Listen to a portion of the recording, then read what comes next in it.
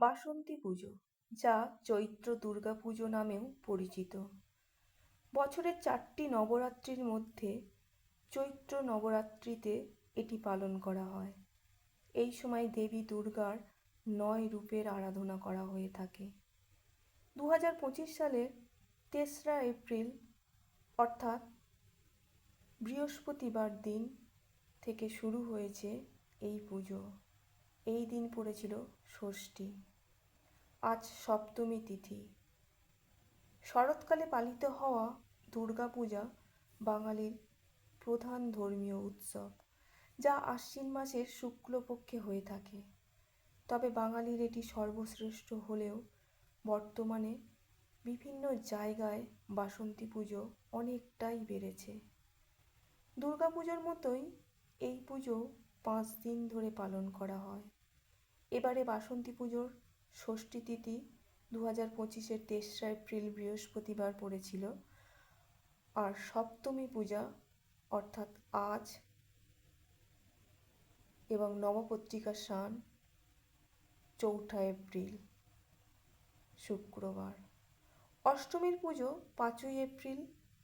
এই অষ্টমী তিথিতে মা অন্নপূর্ণার পুজো হবে এবং 6ই এপ্রিল নবমী পূজা। এই দিন রামের জন্মতিথিকে নিয়েই পালন করা হবে রামনবমী। আর 7ই এপ্রিল বাসন্তী মায়ের বিসর্জন অর্থাৎ দশমী তিথি। বসন্তকালে চৈত্র মাসের শুক্লাপক্ষের তিথিতেই মায়ের আগমন।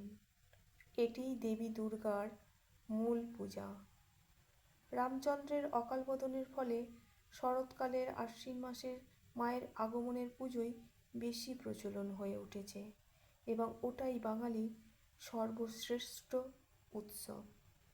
কিন্তু পুরাণ অনুসারে রাজা সুরথের হাতেই দেবী মহামায়া অর্থাৎ মা দুর্গার আরাধনা শুরু হয়েছিল।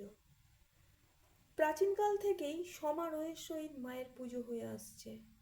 ইদানিংকালে আরও বেশি করে বিভিন্ন জায়গায় মায়ের পুজো করা হচ্ছে। মায়ের পুজো সমস্ত নিয়ম মেনেই 5 দিন ধরেই হয়ে থাকে। শরতের মা আর বসন্তের মায়ের পুজোর নিয়ম একই। মায়ের পুজোর ফলে প্রত্যেকের জীবনে সুখ শান্তি বজায় থাকে এবং প্রকৃতির ভারসাম্য বজায় থাকে। তাই তো ঋতু পরিবর্তনের সাথে সাথেই বিভিন্ন দেবদেবীর আরাধনা করা হয়ে থাকে। যাই হোক, চৈত্র নবরাত্রিতে থাকছে শুভ যোগ। এই শুভ যোগের প্রভাবে ইতিবাচক প্রভাব পড়বে সবার জীবনে। প্রচলিত বিশ্বাস অনুযায়ী এই সময় মা দুর্গা 9 দিন ধরে মর্তধামে সকল ভক্তদের গৃহে বসবাস করেন তিনি। তাই এই সময় পরিবেশের সাথে সাথে নিজের গৃহেরও পরিষ্কার পরিচ্ছন্ন করে রাখবেন। আজ এই পর্যন্ত।